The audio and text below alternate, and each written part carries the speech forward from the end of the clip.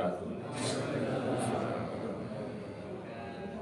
Alhamdulillahirabbil alamin. Wassalatu wassalamu ala asyrafil anbiya'i wal mursalin wa ala alihi wa sahbihi ajma'in. Asyhadu la ilaha illallah wahdahu la syarika lah, asyhadu anna Muhammadan abduhu wa rasuluhu nabiyya ba'da. Mari kita awali kajian kita dengan baca basmalah. Puji syukur kita panjatkan kepada Allah Subhanahu wa taala yang masih terus memberikan nikmat yang tak terhingga kepada kita, masih juga memberikan nikmat kesehatan, umur yang panjang serta kesempatan. Wabil khusus nikmat iman, nikmat Islam, nikmat ibadah, nikmat menuntut ilmu agama yang sampai hari ini pun masih Allah berikan kepada kita. Mudah-mudahan kita senantiasa dijaga iman Islam kita hingga akhir hayat kita. Mudah-mudahan kita semua nanti dipanggil dalam keadaan husnul khatimah. Amin ya rabbal alamin. Salawat dan salam marilah kita sampaikan kepada kita semua Nabi besar Muhammad sallallahu alaihi wasallam dan juga kepada keluarga beliau, para sahabatnya serta umat yang istiqomah di sunnah beliau hingga hari kiamat. Mudah-mudahan kita termasuk umat yang istiqomah menjalankan sunnah Nabi, dan mudah-mudahan di hari akhirat kita bisa mendapat syafaat dari beliau dan berkumpul di surganya Allah. Amin ya rabbal alamin. Yang ketiga, yang kita juga doakan saudara-saudara kita yang telah pergi ya di menghadap Allah Subhanahu wa taala. Minggu kemarin dua ya, Pak Nazarudin dan Ananda Ika ya, anaknya almarhumah anaknya Pak Iman, almarhum Pak Iman ya. Kita juga doakan saudara-saudara kita di tempat lain di Palestina yang juga sedang berjuang ya, banyak mati syahid. Kita doakan semuanya supaya husnul khatimah. Anak hadirin niat, kita doakan mereka dan anak hadirin niat walaupun niat musholihah. Al-Fatihah. A'udzubillahi minasyaitonir rajim. Bismillahirrahmanirrahim. Alhamdulillahirabbil alamin. Arrahmanirrahim. Maliki yaumiddin. Iyyaka na'budu wa iyyaka nasta'in. Shiratal mustaqim. Shiratal ladzina an'amta 'alaihim ghairil maghdubi 'alaihim. Hari ini kaji kita lanjutkan. Saya ingat sebelum caca itu selalu di pojok saja, di sana sadar gitu. Masih kita sebut-sebut minggu yang lalu. Sekarang udah tak ada lagi. Sebut-sebut Pak Edi juga ini.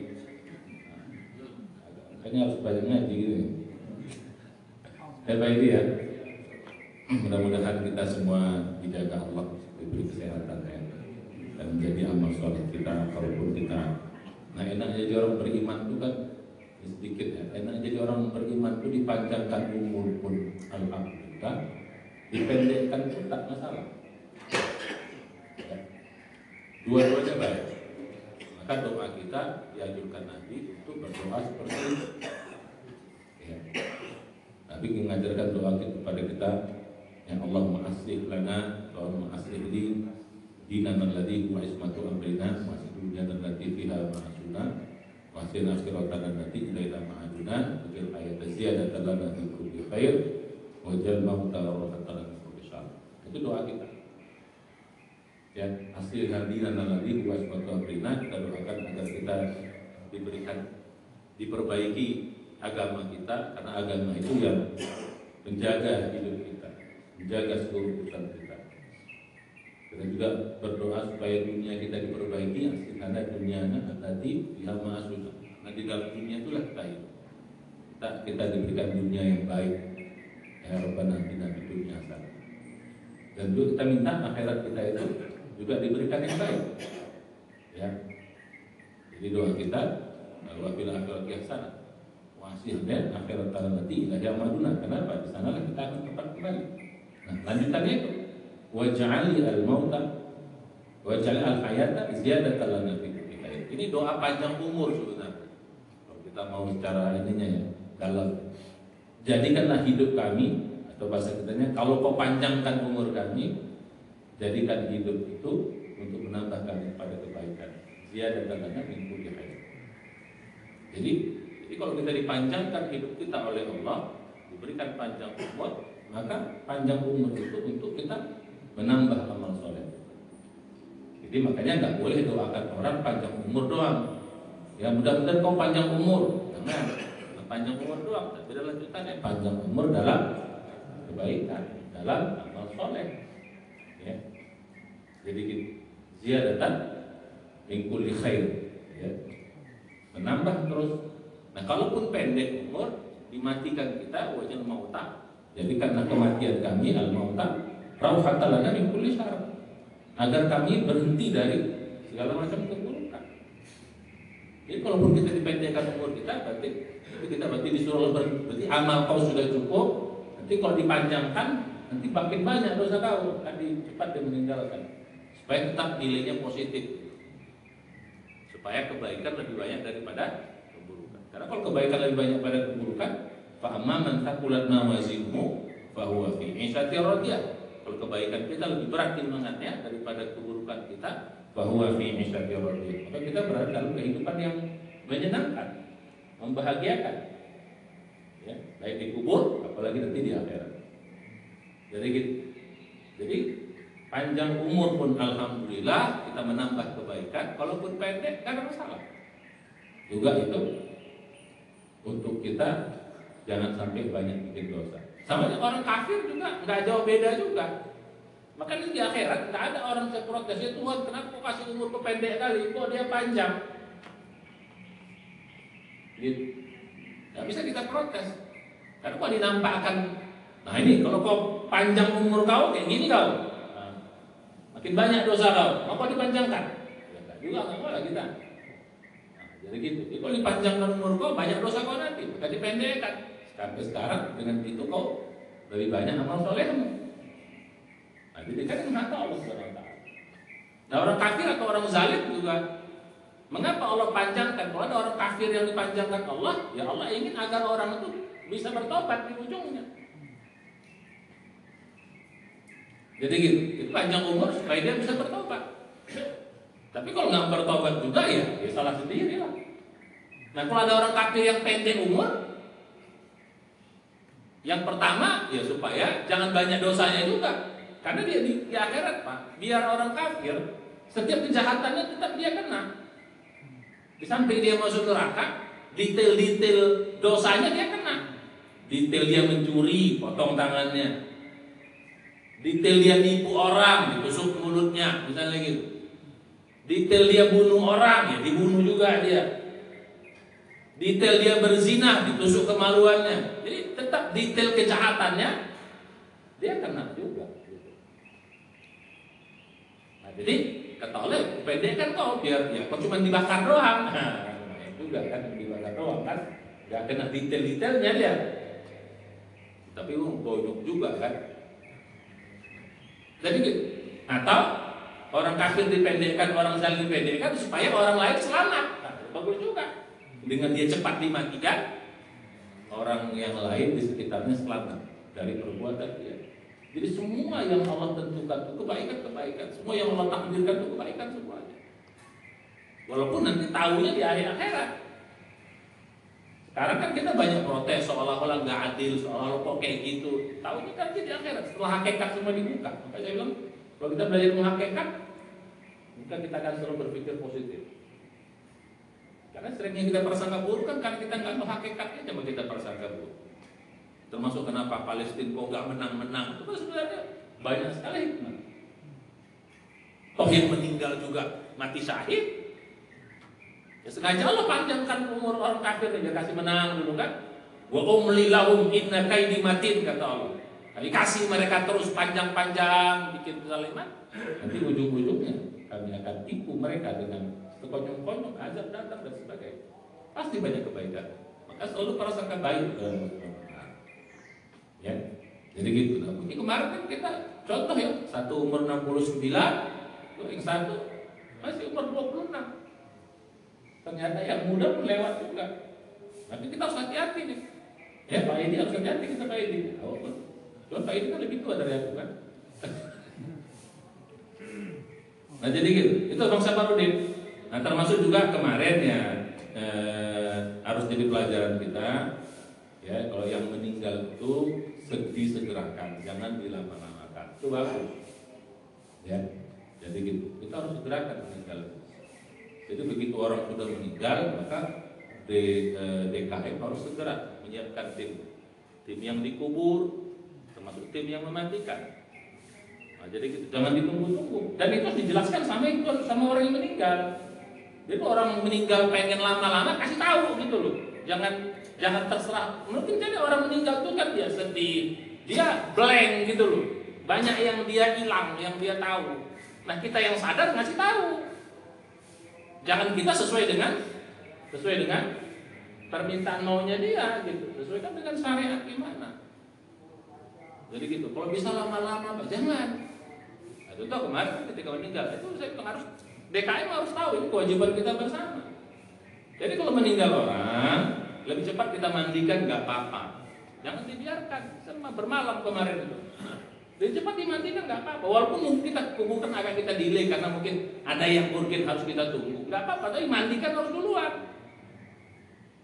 Jangan dibiarkan bermalam tidak dimandikan. Mandikan duluan. Supaya apa? Supaya nanti orang datang berikutnya, dia bisa doanya pas. Kalaupun dia besok nggak bisa menyolatkan, dia bisa sholatkan langsung ketika dia datang. Ada orang nggak bisa besok datang, tapi malamnya dia datang, dia bisa sholatkan. Gitu. Tapi kalau belum dimandikan, gimana mau disolatkan? Ya, ini kewajiban kita, kifayah kita nih Pak Ketua. Jadi tim itu harus begitu ada meninggal, DKM harus siapkan apa? Bagaimana strateginya? Apa protapnya? Siapkan protapnya langsung. Ya, yang di kuburan segera, yang memandikan siapkan terus. Nah, jadi begitu meninggal ya kasih tahu Pak.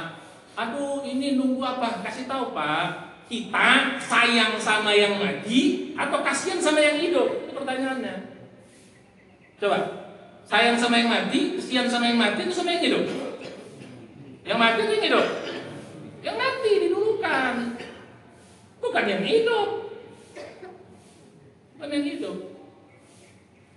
Yang mati itu pengen cepat dia disegerakan. Kita yang hidup pengen lama-lama. Yang hidup ini kan masih bisa toleransi, ya nggak apa-apa gitu loh. Kenapa harus kasihan? Biar dia anaknya. Bapak saya meninggal, Pak ini segera silang saya bilang, nggak usah tunggu-tunggu, kuburkan segera. Walaupun cuma bedanya tipis. Saya nyampe jam 1 dikuburkan sebelum zuhur. Saya bilang kan kuburkan paling lama sebelum zuhur kuburkan. Walaupun kami nyampe jam 1, setengah 12 dikuburkan, jam 1 kami baru sampai. Kan tipis, cuma berapa? 1 jam setengah. Tapi enggak. Ada urusan. Kita bisa takziah di kuburan. Oh, udah meninggal ini kok. Nah, jadi gitu prinsipnya. Yang kita kasihan sama orang yang meninggal, bukan sama orang yang hidup. Maka kewajiban kita, DKM terutama, daripada ustaz ngasih tahu. Ya ustaz di sini, ustaz yang jauh-jauh jangan kan.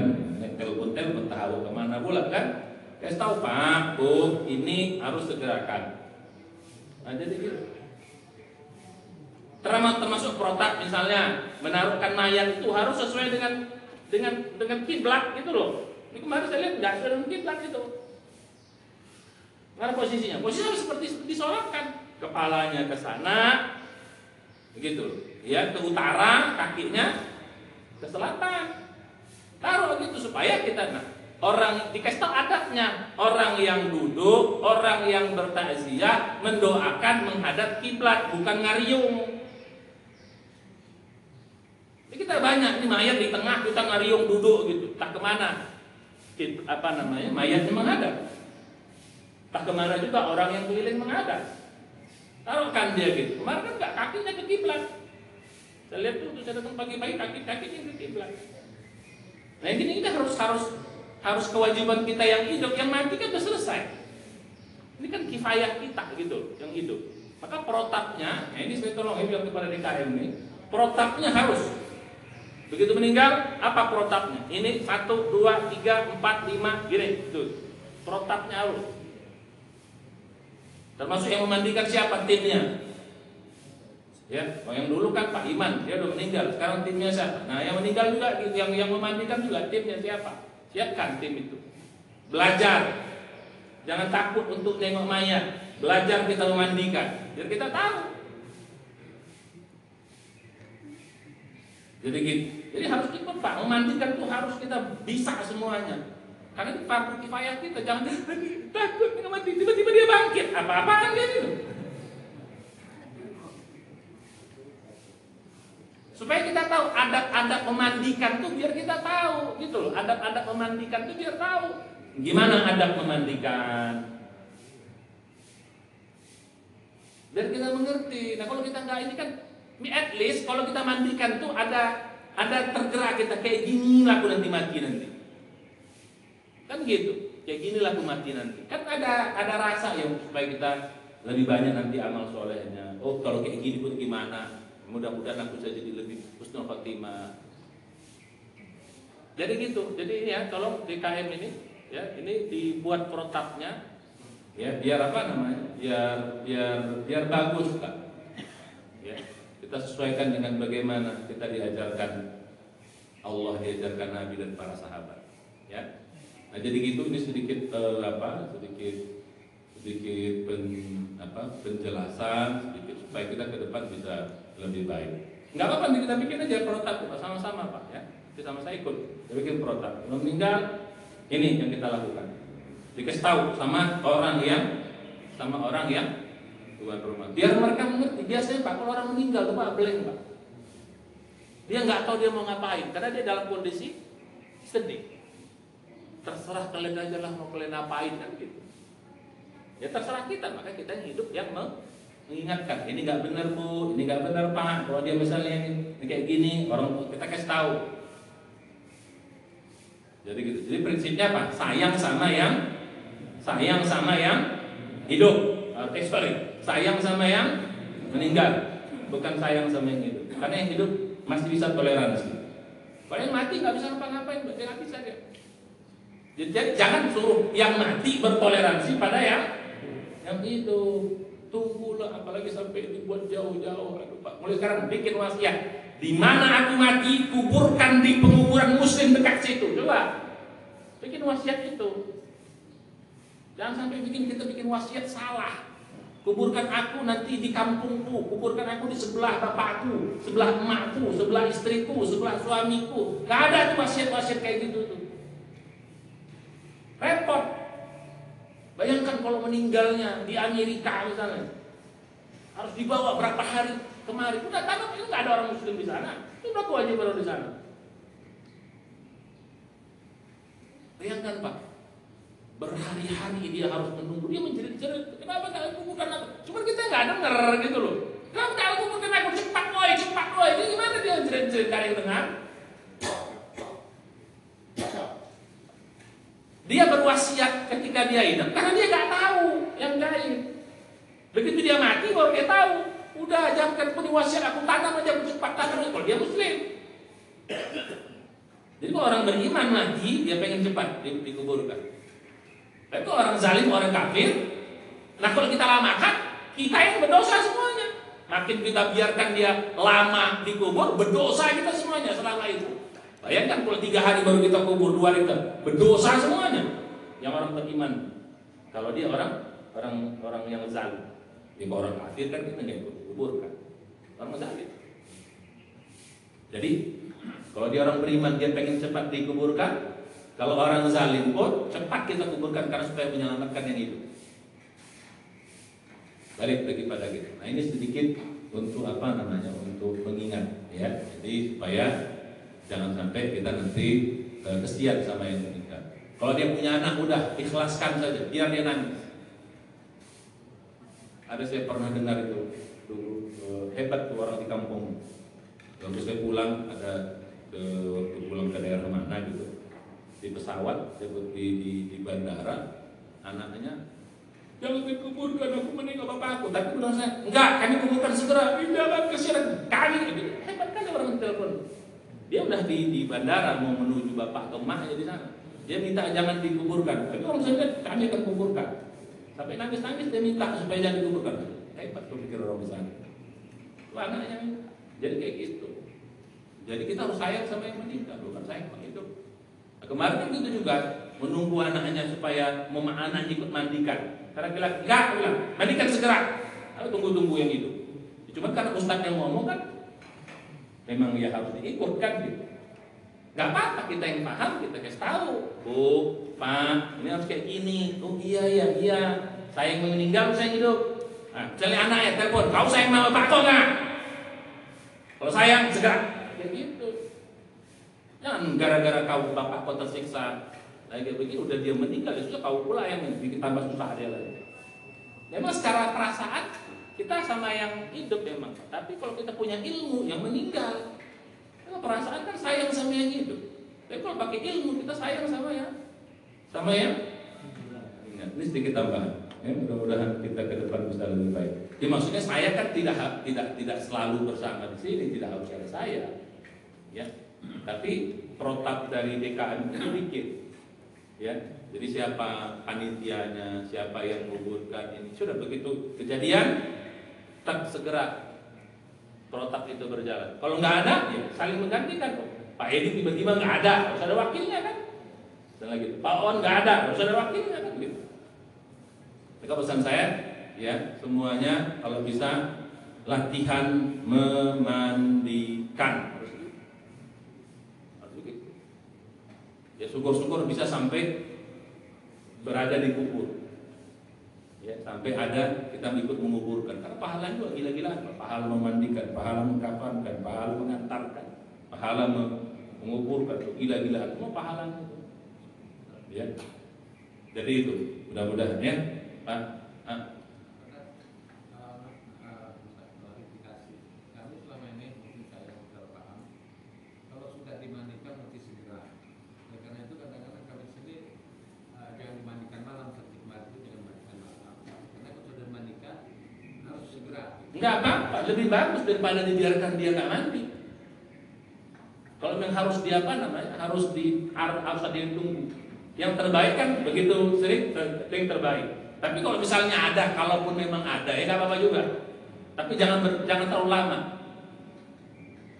Kan pilih mana? Kita mau mandikan besok, dikuburkan besok, tapi dibiarkan sekarang nggak mandi-mandi. Ya bagus sekarang kita mandikan, supaya orang yang datang mendoakan lebih banyak. Kan saya bilang tadi, kalau malam udah kita mandikan, ada orang datang besok, kan dia bisa langsung sholatkan. Dia sholatkan, mungkin besok dia nggak bisa langsung disolatkan, Pak. Jadi menyolatkan itu ada 3. Pertama, ya bisa saat itu setelah dimandikan. Yang kedua kita bersama-sama di masjid. Yang ketiga di kuburan ketika kita belum jadi bisa. Jadi misal kemarin saya di si almarhum Kika kan saya nggak bisa ikut nyolat, terlambat 10 menit atau 5 menit. Ya karena rencananya jam 9, rencananya habis apa? Habis Jumatan tiba-tiba jam 9. Ya nggak apa-apa ya, di sana saya sholatkan. Ya begitu selesai dikuburkan, kita sholatkan di kuburan. Nah jadi gitu, ya. Jadi kalaupun harus kita menunggu, oke lah, kita kasihkan. Sebenarnya yang lebih bagus. Jadi 2 kali salah kita, paham nggak? Jadi kalau kita tidak mandikan 2 kali salahnya. Udah kuburannya udah dikuburkannya terlambat, dimandikannya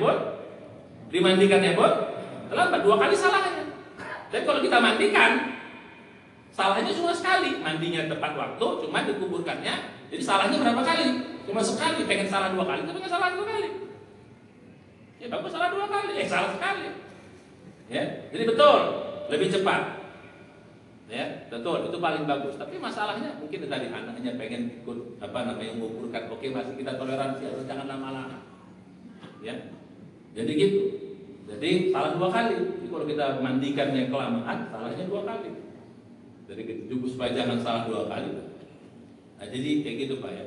Nah itu kita kasih tahu kepada keluarga yang sohibul musibah. Karena saya bilang tadi, orang yang kena musibah itu blank Pak. Dia nggak tahu mau ngapain. Maka kita yang sadar inilah yang memberikan gaibnya. Ya, mudah-mudahan insya Allah ya kita ke depan bisa lebih baik. Ya, tidak ada yang salah, cuma ada yang kurang. Ya, jadi gitu supaya kita perbaiki. Termasuk juga kemarin yang memandikan. Ya. Jadi kalau tiba-tiba yang mandikan nggak ada gimana? Ya, semua harus bisa. Karena kewajiban kita sama-sama. Aduh yang mana? Nggak ada. Semua harus bisa. Memandikan itu kan nggak sulit Pak. Asal butuh keberanian aja kok. Gak sulit mandikan, cuma butuh keberanian aja. Sama kayak nyembelih kambing, nyembelih sapi itu gak sulit, cuma berani aja itu aja. Ya, walaupun ada adab-adabnya, ya semua yang terjadi di dalam pemandian itu tidak boleh diceritakan, auratnya nggak boleh kita buka, walaupun kita sama-sama laki-laki, auratnya nggak boleh kita buka. Terus dalam memandikan tangan kita nggak boleh kena langsung ke kulitnya, harus pakai sarung tangan. Nah, itu harus adab-adab gitu, mesti kita perhatikan. Ya harus pakai sarung tangan. Misalkan, siapkan. Setiap mandikan sudah ada sarung tangan 4 atau 5 misalnya gitu. Ada mungkin yang mandikan 4 atau 5. Ya, sarung tangan semua. Gitu. Jadi siapkan sarung tangan. Ya, jadi siapkan semua perlengkapan. Dan begitu kejadian, semua sudah apa namanya? Sudah bisa, termasuk misalnya ya kalau yang meninggalnya kemarin besar, ya disiapkan kain kafannya harus double misalnya. Ya, disiapkan semua protap itu. Insyaallah mudah-mudahan ke depan bisa lebih baik. Amin. Iya, sudah habis waktu kita. Ini kan masalah posisi jenazah kan. Kemarin itu memang ada yang agak berdebatan juga sih pada waktu Pak Caca itu. Pada waktu sebelum disolatkan atau sebelum dimandikan itu posisinya kaki harus menghadap ke kiblat. Makanya itu kita bingungnya di situ, makanya ada yang arahkan seperti itu. Ya nggak apa-apa, yang penting supaya orang mendoakan itu bisa menghadap kiblat. Bukan, maksudnya kakinya yang menghadap kiblat. Jadi kepalanya jadi ke arah utara. Oh iya, enggak, maksud itu saya bilang tadi mati cepat segera dikuburkan gitu loh, biar orang cepat segera mendoakan. Ya kalau gitu kan harus kita doakan. Gimana kita mendoakan? Jadi gitu. Jadi supaya kita bisa doakan, jangan sampai kita membiarkan orang yang sayang sedang tadi. Ya. Posisi waktu Sebelum dimandikan kan? Mhm. Sebelum dimandikan itu posisinya kaki Masih di rumah. Waktu di rumah, terus? Ya, kakinya itu ya miringnya gini gitu jadinya. Terus? Ada yang berpendapat tidak mengarah utara selatan, tapi karena belum dimandikan gitu. Jadi katanya ada perdebatan. Pendapat siapa itu? Ya. Pada waktu mau kemarin itu jadi.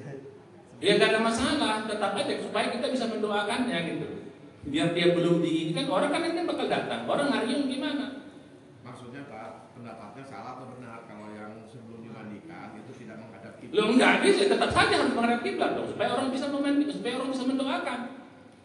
Ya, istilahnya mau belum dimandikan, setelah dimandikan supaya orang yang datang bisa bukan menyolatkan, mendoakan gitu. Ya, mau yang terbaik segera. Ya kecuali kalau dalam posisi kita sedang memandikan itu nggak apa-apa, ya, kan bukan mendoakan. Tapi kalau konteks kita biarkan dia di situ, kan orang mendoakan gimana?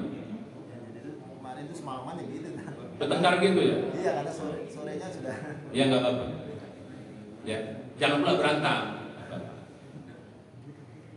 Oke, balik pada kaji kita. Sudah mau ini pula, tapi nggak apa-apa. Ya balik kepada yang kemarin. Jadi saya berharap kita semuanya, karena ini pasti kita alami semua Pak. Yang meninggal itu pasti semua. Cuma siapa memandikan siapa itu saja. Siapa menguruskan siapa itu saja. Terserah siapa yang memandikan atau siapa yang dimandikan, gak ada masalah. Dua-dua baik. Kan saya bilang. Ya, bagi kita orang beriman ini semuanya baik.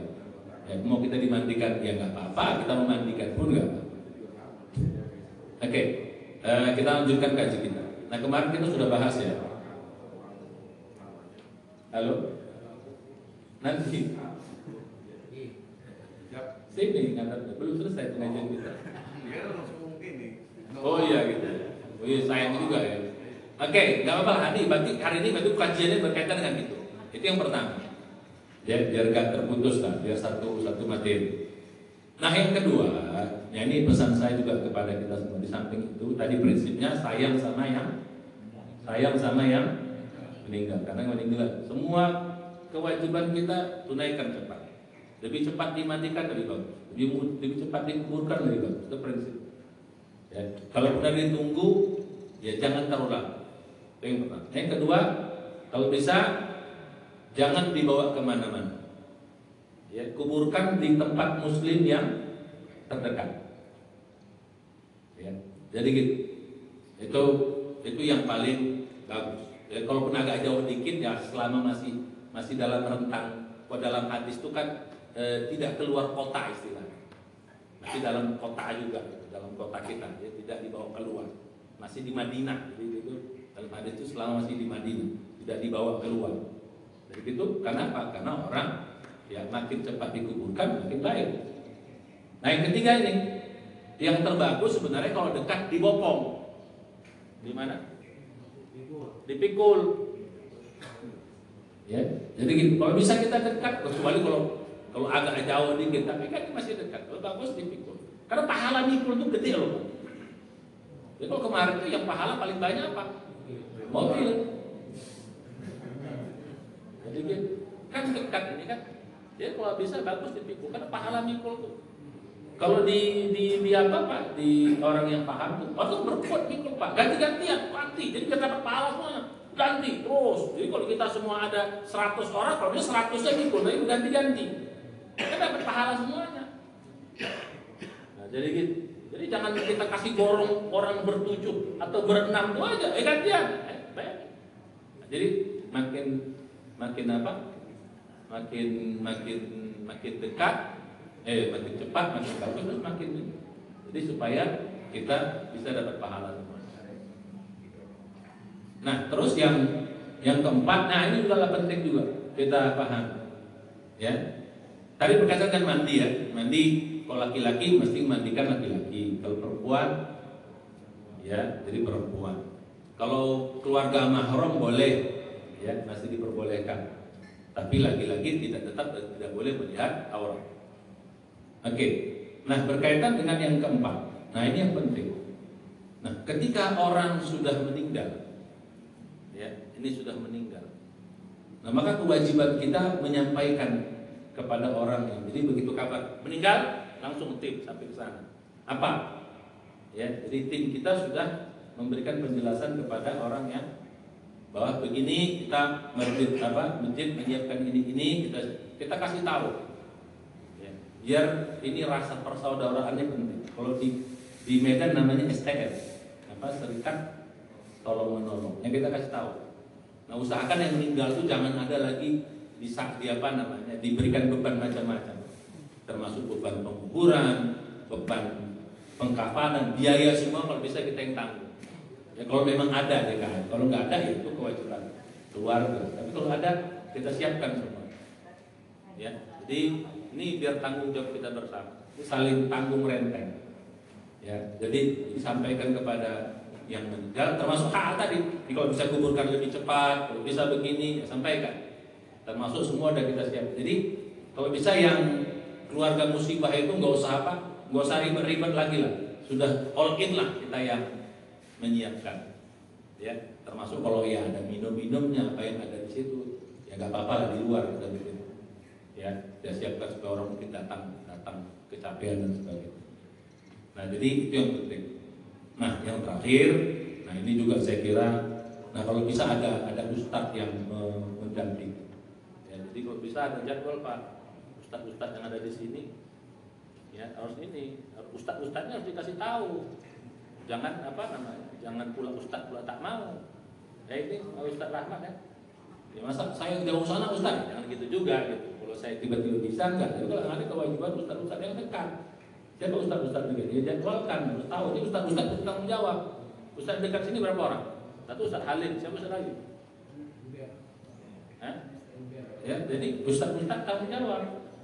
Ya, jadi penjaga penjaga syariatnya lah kira-kira. Kalau bisa ya ikut memandikan, ustadznya ikut memandikan, ikut mengkafankan. Ya. Ya ikut menyolatkan, kalau mengantar ke jenazah oke lah, mungkin terlalu lama, tapi minimal sampai menyolatkan.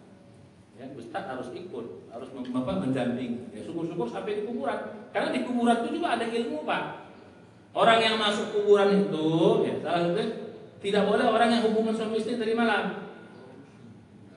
Jadi kita tanya dulu. Ya, jadi harus orang yang tidak berhubungan suami istri yang nyemplung di, ya nggak tahu kita apa hikmahnya, begitu kata Nabi. Nah, jadi ada begitu kita tahu. Ya kalau bisa nggak usah pakai diajan-ajankan lah. Ya. Tapi kalau ada yang mentalkinkan, kalau mau ya mangga lah. Dan kadang-kadang ada juga di suatu tempat talkinkan ya. Ya, karena mereka berpendapat orang mati itu masih bisa dengar. Ya, itu perbedaan sudah. Kalau tauhid kan yang pernah dengar orang tauhid kan dulu sudah selesai. Jadi ajarin bulan, bin bulan, kalau datang malaikat anu nanti bertanya ini, kau jawab ini. Pernah dengar kayak gitu? Di sini nggak ada ya. Di beberapa tempat ada itu. Ya. Jadi yang menurut keyakinan mereka orang meninggal itu masih bisa mendengar. Karena Nabi pernah dalam konteks yang lain mengatakan orang mati itu mendengar. Gitu.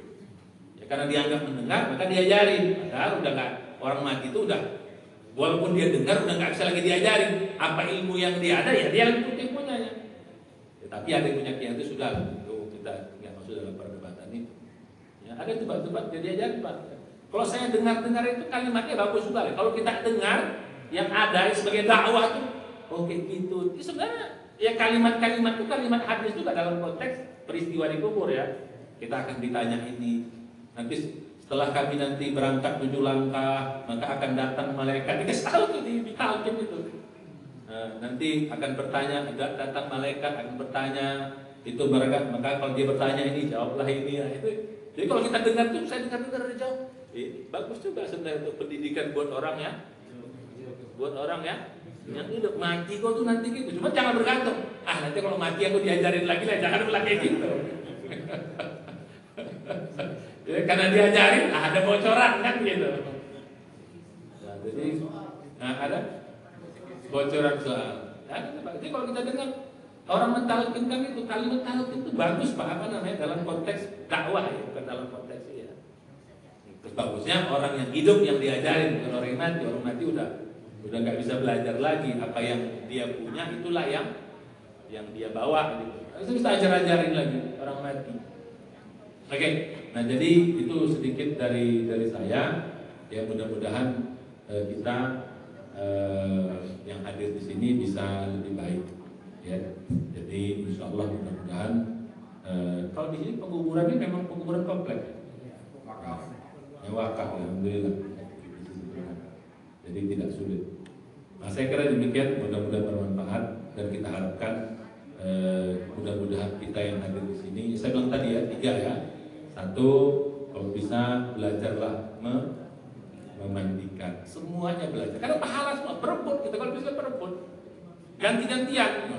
Gantian aku sekarang mandikan, kan sedap kayak gitu. Ya, jangan takut belajar karena kita bakal kayak gitu nanti. Apa? Ya takut apa yang ditakutkan? Makanya saya bilang tadi hanya butuh keberanian doang. Kenapa kita nengok mayat? Mayat itu sebenarnya hidup juga. Ya, nggak ada bedanya gitu. Nah itu kan melatih kita juga supaya iman kita bertambah mudah-mudahan dengan menyelenggarakan. Nah yang kedua kita belajar untuk kafankan, termasuk juga menguburkan.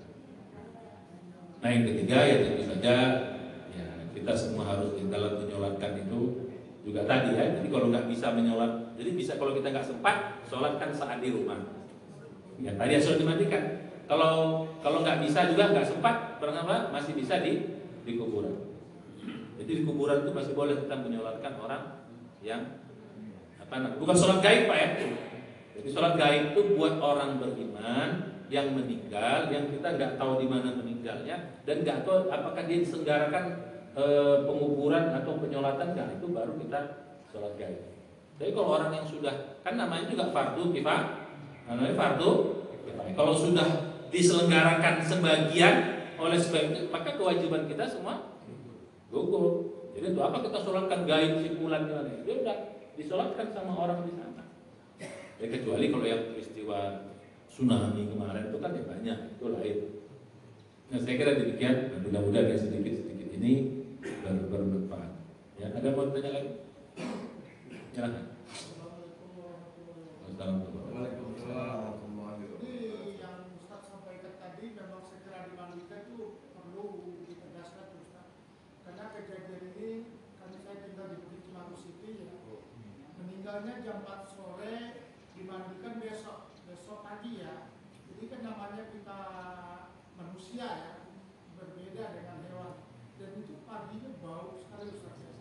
Jadi kan kemarin itu ada yang meninggal juga di Bukit Cibagus City, meninggalnya siang, habis maghrib dimandikan. Jadi lebih bagus siang karena dikuburkan kan pasti menunggu ada anaknya yang di luar kota, ya. Jadi memang bagus. Ya nggak apa-apa Mas Menteri. Kalaupun di kuburannya yang di nggak apa-apa. Ya, oke lah, kita masih toleransi, cuma jangan terlalu lama. Tapi mandikannya harus segera. Ya termasuk dalam urusan, kalau itu kan dalam urusan secara kesehatan itu bagus juga, karena orang meninggal dimandikan dia udah bersih. Nah repotnya kadang-kadang ini gara-gara lagi-lagi buat orang hidup. Kenapa? Supaya pengen dipegang, pengen dicium, pengen ini repot ini. Kan saya bilang tadi, selalu perhatiannya kepada orang hidup gitu. Selalu fokus pada orang hidup, bukan fokus pada orang yang meninggal. Sudah, ikhlaskan gitu. Ya. Nah, jadi gitu. Jadi memang ya secara secara kesehatan pun itu lebih bagus orang itu segera dimandikan secara kesehatan. Ya, supaya tidak berbau dan lain sebagainya. Nah, saya kira demikian.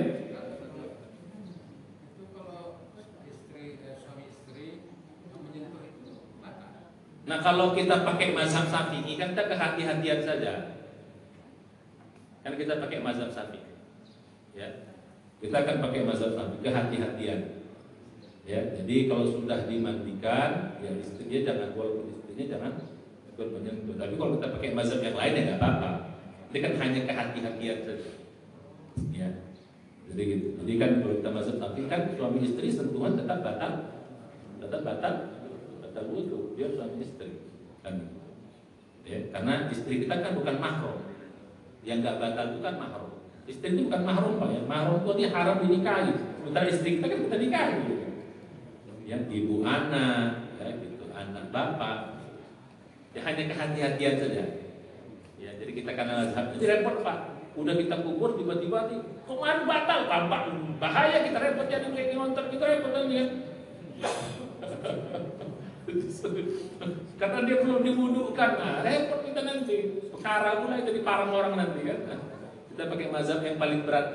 Ya, mazhab yang paling berat itu kan mazhab Syafi'i.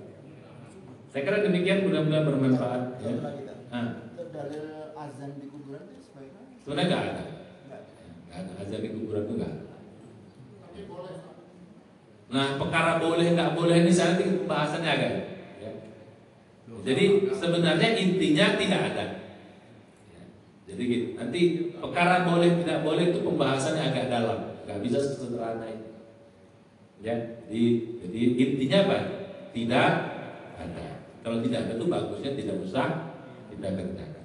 Perkara boleh tidak boleh itu pembahasan fikih. Nanti kita bahas di bab yang lain. Ya kalau kita bilang nggak boleh, berarti jatuhnya haram. Paham? Jadi kalau kita bilang nggak boleh, berarti jatuhnya haram. Jadi, kalau haram berarti apa?